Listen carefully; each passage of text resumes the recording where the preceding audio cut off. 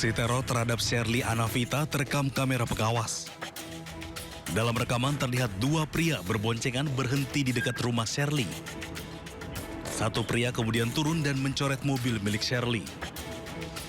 Pelaku juga terlihat melemparkan paket yang diduga berisi telur ke teras rumah Sherly sebelum kabur.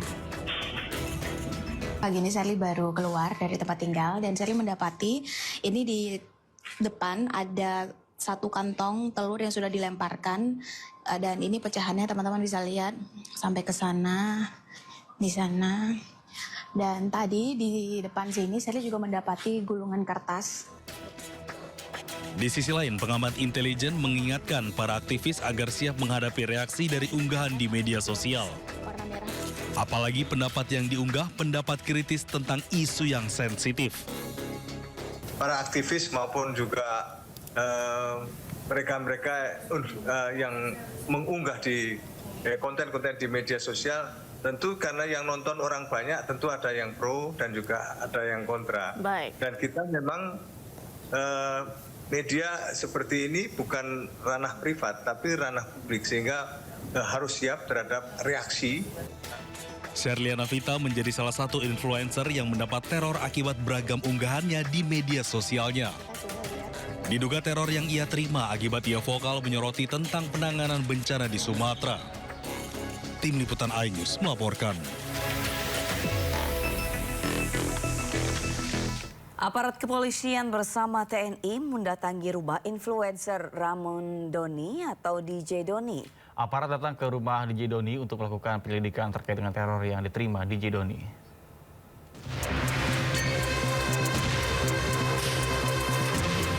Petugas kepolisian dari Polsek Durensawit dan petugas TNI dari Koramil Durensawit mendatangi rumah korban DJ Doni di kawasan Cipinang Indah, Durensawit, Jakarta Timur. Petugas mengecek rekaman CCTV dan meminta keterangan korban DJ Doni. Petugas melakukan penyelidikan berdasarkan rekaman CCTV. DJ Doni menyebut polisi merespon cepat laporan yang ia sampaikan. Sejumlah barang bukti pun telah diserahkan DJ Doni ke aparat kepolisian. Responnya seperti apa? Bagus, responnya baik, langsung cepat tanggap, ya kan. Pak Polsek juga malam ini udah datang, dari Kodim juga datang melihat situasi di lapangan. Tadi juga anggota kepolisian sudah melakukan olah TKP, Bang, di rumah Abang. Sudah. Oke, ada temuan-temuan apa, Bang, yang disampaikan ke Abang? Bukti-buktinya, bukti ancaman, surat ancaman, terus apalagi tadi bukti bom molotovnya yang pecah, sumbunya juga masih ada. Sebelumnya, influencer Ramon Doni atau DJ Doni melapor ke Polda Metro Jaya terkait teror yang dialaminya. Bahkan DJ Doni curiga pelaku teror bukan orang sembarangan karena mengetahui alamat tempat tinggalnya meski domisili DJ Doni berbeda dari yang tertera di KTP. Sementara itu, polisi didesak untuk mengungkap kasus teror ini hingga tuntas agar tidak menimbulkan prasangka. Polisi bisa menelusuri para pelaku dari data dan informasi awal bahwa pelaku terindikasi pihak yang dirugikan atas aktivitas yang dilakukan oleh para influencer. Di mana negara? Di sinilah kita berharap kepolisian Republik Indonesia, di mana tugasnya adalah menegakkan, di situ sudah jelas tugasnya, menjaga keamanan dan ketertiban, melindungi masyarakat, mengayomi masyarakat, melayani masyarakat, menegakkan hukum. Di mana sekarang sudah benar harus bawa ke polisi. Dan kepolisian saya kira tidak sulit untuk mencari hal ini. Tinggal sekarang adakah kemauan untuk memperbaiki keadaan ini atau tidak? Kalau memang kita ingin bersama, ya mari. Pemberitaan ini wajar harus disampaikan supaya semua tahu. Baik. Siapa yang melanggar, siapa yang tidak. Kan begitu. Baik, Pak Soleman, kira-kira siapa pelaku teror ini dengan banyaknya aktivis yang terkena teror?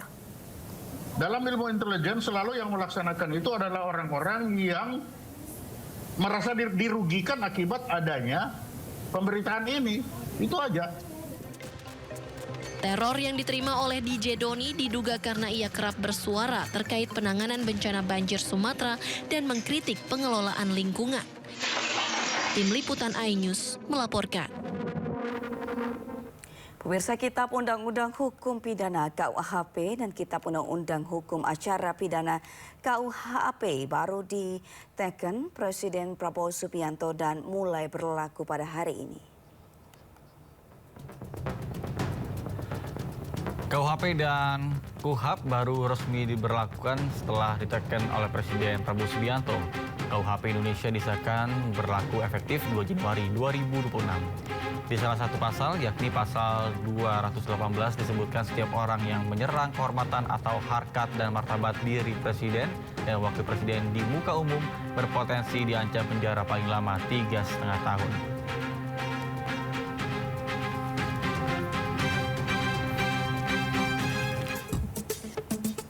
Ya, lalu pasal 240 mengatur mengenai penghinaan pemerintah atau lembaga negara dengan ancaman pidana penjara paling lama 1,5 tahun.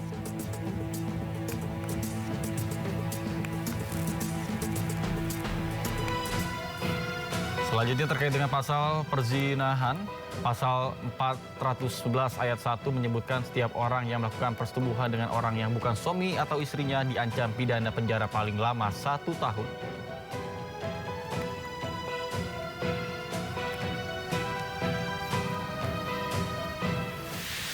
Dan selanjutnya pasal 256, setiap orang yang ingin menggelar rawan atau unjuk rasa di tempat umum tanpa pemberhentian terlebih dahulu kepada yang berwenang dipidana dengan pidana penjara paling lama 6 bulan.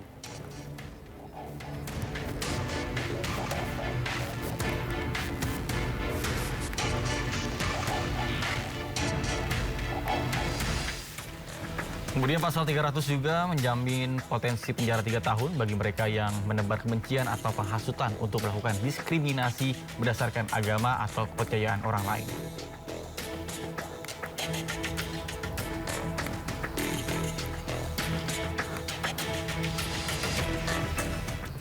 Selanjutnya pasal 301 menyebut setiap orang yang menyiarkan, mempertunjukkan, menempelkan tulisan atau gambar dengan maksud agar isi tulisan atau gambar tersebut diketahui dipidana dengan penjara paling lama 5 tahun.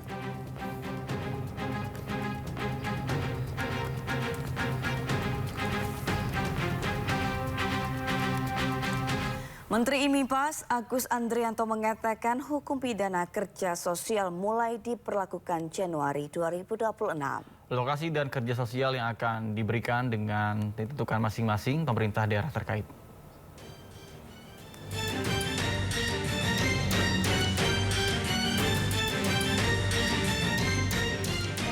Menteri Imigrasi dan Pemasyarakatan Agus Andrianto menyatakan hukuman pidana kerja sosial akan mulai diterapkan setelah KUHP dan KUHAP resmi berlaku pada 2 Januari 2026. Ia menyampaikan seluruh kepala lembaga pemasyarakatan dan kepala rumah tahanan telah menekan sejumlah kerjasama dengan pemerintah daerah terkait penerapan sanksi kerja sosial tersebut. Nantinya lokasi dan kerja sosial yang akan diberikan ditentukan oleh masing-masing pemerintah daerah terkait. Nanti kita tunggu berlakunya KUHP baru 2 Januari. Nanti hasil koordinasi para kalapas Karutan dengan pemerintah daerah ini sudah membuat beberapa alternatif dan tempat dan jenis pekerjaan yang dikerjakan. Mahkamah Agung sudah bersurat ya Pak? Sudah. Tadi sudah sampaikan. Sementara Ketua Kamar Pidana Mahkamah Agung Prim Haryadi membenarkan jika Kejaksaan Agung mengusulkan agar hakim hanya memutus durasi pidana sosial. Adapun soal jenis pidana kerja sosial dan tempat melakukannya ditentukan jaksa eksekutor. Prim mengatakan hingga saat ini Mahkamah Agung masih membahas masalah ini dan belum mengambil keputusan atas usulan kejaksaan. Menurut Prim, keputusan yang sudah diambil Mahkamah Agung yakni hakim akan menyebutkan kesalahan terdakwa, bentuk jenis pidana kerja sosial, lama durasi kerja dalam 1 hari dan 1 pekan, serta di mana terdakwa akan melaksanakan kerja sosialnya. Dikatakan bahwa kerja sosial itu tidak boleh lebih dari 6 bulan masanya.